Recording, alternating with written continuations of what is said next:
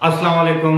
अबरार रशीद आपकी खिदमत में हाजिर है और मेरी आपसे दरख्वास्त है कि अगर अभी तक आपने किसी वजह से मेरे चैनल को सब्सक्राइब नहीं किया तो इसे सबसे पहले सब्सक्राइब करें और जो घंटी का बटन है उसे ज़रूर प्रेस करें ताकि मेरी वीडियोस का नोटिफिकेशन जल्द अज जल्द आप तक पहुंच सके।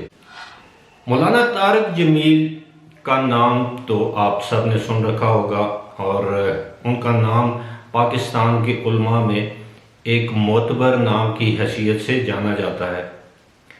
लेकिन बदकिस्मती की बात यह है कि गुज़श्ता कुछ अरसे से मौलाना तारिक जमील अपने कुछ बयानात की वजह से, कुछ सियासी मामलात की वजह से थोड़े से मुतनाज़ा बनते जा रहे हैं। ख़ास तौर पर जब वो खुलकर इमरान ख़ान की तारीफ़ें करते हैं, रियासत मदीना के बात करते हैं और बताते हैं कि इमरान ख़ान में ये खूबियाँ हैं, तो ये एक ज़ाहिरी सी बात है कि जो इमरान ख़ान के मुखालफिन हैं, जिनकी तादाद भी कुछ कम नहीं बहुत ज़्यादा है, तो वो ये सोचने पर मजबूर हो जाते हैं कि आखिरकार मौलाना तारिक जमील साहब को क्या ज़रूरत पड़ी है कि वो अपने तमाम फॉलोअर्स को, अपने पैरोकारों को बुलाकर, जिनका मुख्तलिफ सियासी जमातों से ताल्लुक़ है, सिर्फ एक सियासी जमात के एक सरबराह को वो खुश करने की कोशिश में मसरूफ़ रहते हैं। कुछ इसी तरह का बयान उन्होंने गुज़श्ता रोज़ भी दिया जब वज़ीर आज़म हाउस में एक चंदा मांगने की तकरीब हो रही थी और उसमें उसके आखिर में मौलाना तारिक जमील साहब जब दुआ के लिए आए वीडियो लिंक पर, तो उन्होंने इस मौके पर कहा कि पूरा पाकिस्तानी मुआशरा 22 करोड़ अवाम झूठे हैं और ये झूठ का मुआशरा है, यानी पूरे मुआशरे को उन्होंने झूठा करार दिया।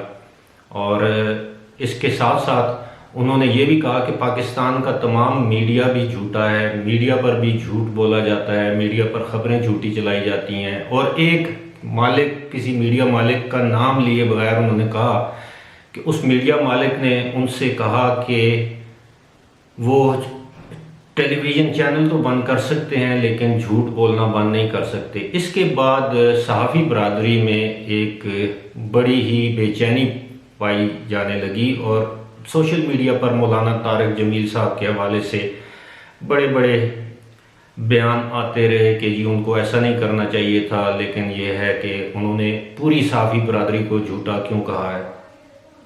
आप सबको मालूम है कि दुनिया के हर शोबे में, चाहे वो उलमा हो, सियासतदान हो, असातिज़ा हों, आम शहरी हों, ताजिर हों, सहाफ़ी हों, अच्छे और बुरे लोग मौजूद होते हैं।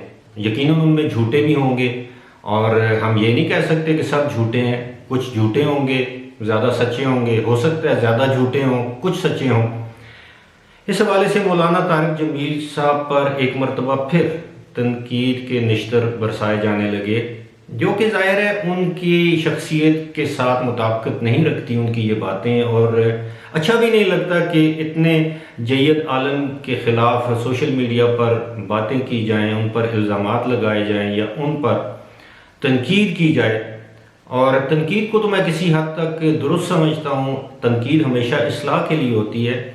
और आज अच्छी बात ये हुई कि मौलाना तारिक जमील साहब ने एक टेलीविज़न प्रोग्राम में उन सहाफ़ियों से माफ़ी मांग ली, सरेआम माफ़ी मांगी और अपनी बात की वजाहत ऐसे की कि जब वो ये कहते हैं कि सारे, इसका मतलब होता है कि मेजॉरिटी झूठी है, यानी अक्सरियत इस मुल्क के अवाम की झूठी है।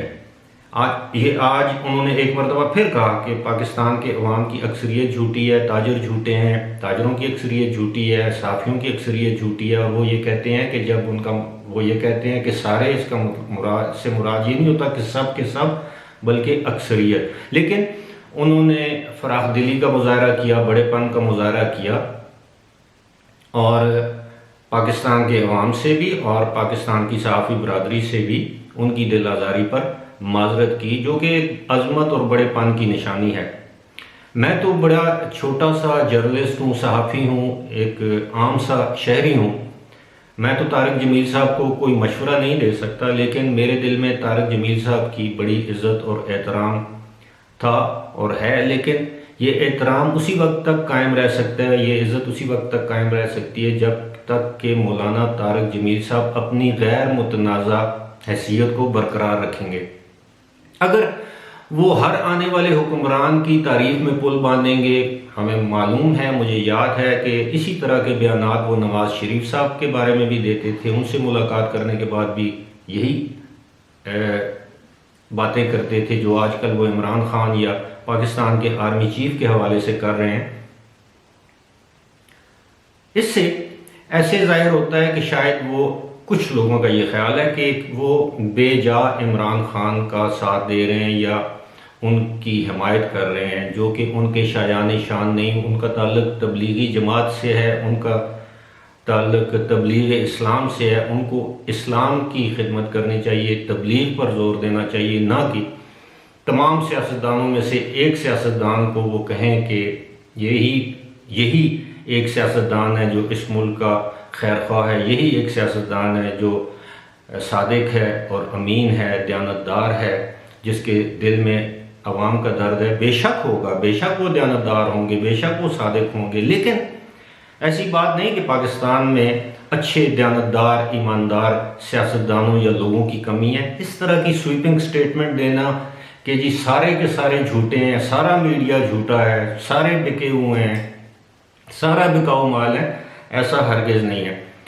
इसके हवाले से अब मैं और क्या कह सकता हूँ। अल्लाह ताला हम सब के गुनाहों को माफ़ करे, अल्लाह ताला हमें झूठ जैसी लानत से महफूज रखे। अल्लाह ताला ने कुरान पाक में कह रखा है कि झूठों पर या झूठे पर अल्लाह की लानत है, और मैं भी इस पर यकीन रखता हूँ। एक मुसलमान होने की हैसियत से कभी कभार इंसान हूँ, मसलन कोई झूठ बोलना पड़ जाता है, लेकिन बतौर सहाफ़ी मेरी कोशिश होती है कि मैं झूठ का सहारा न लूँ, क्योंकि झूठ के पाँव नहीं होते, सच हमेशा खड़ा रहता है और सच हमेशा सुरखरू भी होता है। इसी के साथ मुझे दीजिए इजाज़त। खुदा हाफिज़।